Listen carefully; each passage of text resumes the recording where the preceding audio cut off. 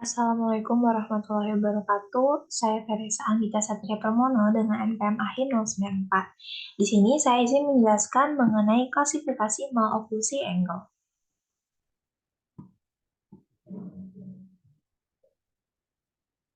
Yang pertama, untuk maloklusi sendiri merupakan oklusi abnormal yang ditandai dengan tidak harmonisnya hubungan antara lengkung di setiap bidang spasial atau anomali abnormal dalam posisi gigi.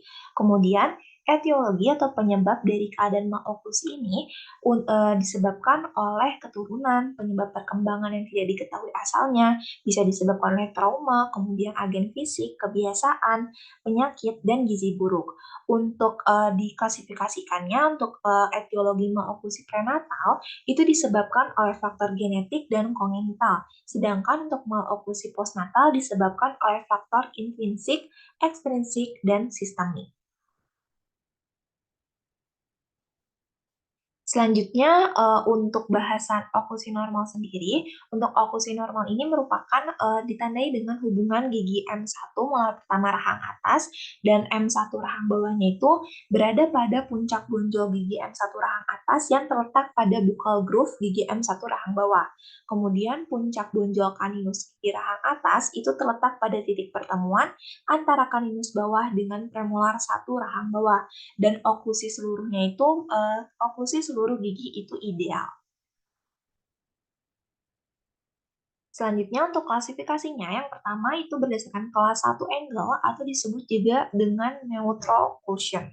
Nah, untuk neutral occlusion ini ditandai dengan puncak bonjol mesiobukal gigi molar pertama rahang atasnya itu berada pada garis bukal atau bukal groove dari molar pertama bawah. Kemudian gigi molarnya hubungan itu normal dengan satu atau lebih gigi anterior malposisi. Kemudian crowding atau spacing itu mungkin terlihat dan ketidakteraturan gigi itu paling sering ditemukan di regio rahang bawah anterior, erupsi ke arah bukal gigi caninus atas, rotasi insisif, dan pergeseran gigi akibat kehilangan gigi. Nah, selanjutnya untuk dari neutral occlusion atau maloklusi kelas 1 angle ini itu dibagi lagi menjadi 5 tipe maloklusi kelas 1 angle berdasarkan Dewey. Nah, untuk tipe yang pertama itu ditandai dengan gigi anteriornya itu berjejal atau crowding dengan caninusnya itu terletak lebih ke labial atau disebut dengan ektopik. Kemudian seperti terlihat pada gambar, kemudian tipe 2 yaitu gigi anteriornya itu terutama pada gigi rahang atas itu terlihat adanya labioversi atau protrusif. Dan untuk tipe 3 itu terdapat gigitan bersilang anterior atau crossbite anterior karena inklinasi gigi atas ke palatina. Untuk tipe 4 itu terdapat gigitan bersilang posterior atau crossbite posterior. Dan yang terakhir untuk tipe 5 itu gigi posteriornya atau gigi belakangnya itu mengalami pergeseran ke mesial atau disebut dengan mesial drifting. Untuk gambaran klinis dari masing-masing tipe itu bisa dilihat pada contoh pada tiap gambar di tipe kelima ini. Selanjutnya, untuk kelas 2 angle atau disebut dengan distocclusion, ditandai dengan molar pertama atasnya itu terletak lebih ke mesial dari molar pertama bawah atau puncak bonjol mesiobukal gigi molar tetap pertama atasnya itu letaknya lebih ke anterior dari buccal groove gigi molar tetap pertama bawah. Selanjutnya untuk oleh Dewey kelas 2 ini diklasifikasikan menjadi dua divisi yang didasarkan atas posisi dari insisif rahang atas. Nah, untuk divisinya yang pertama itu karakteristiknya gigi depannya itu depan atasnya itu mengalami protrusif atau insisif rahangnya itu protrusif. Kemudian terjadi adanya overjet yang cukup besar, kemudian lengkung gigi rahang atas dalamnya itu dan sempit dan palatumnya tinggi, kemudian adanya deep bite, facial prognatism, kemudian ada sebagai gigi insisif rahang atasnya itu terlihat dan bibir atas pendek dan terangkat. Nah, bisa juga dilihat kurva spine itu dalam dan freeway space-nya itu besar. Juga perkembangan mandibulanya itu biasanya kurang. Untuk gambarnya secara klinis itu bisa dilihat pada gambar di bawah.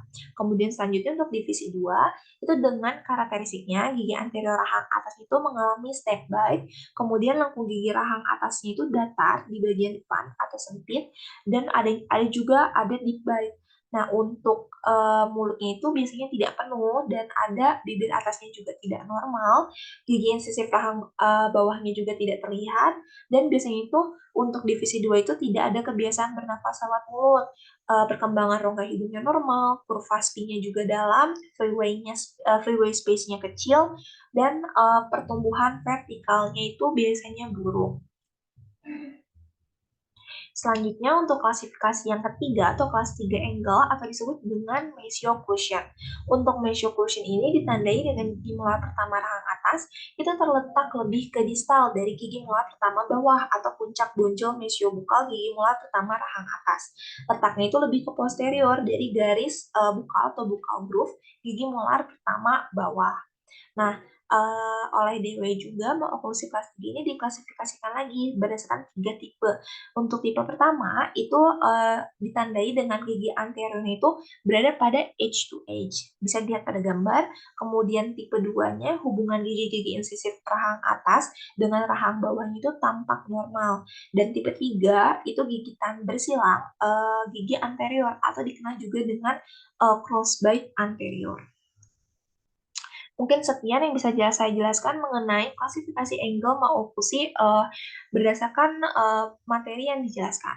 Untuk mohon maaf apabila ada kekurangan. Terima kasih. Wassalamualaikum warahmatullahi wabarakatuh.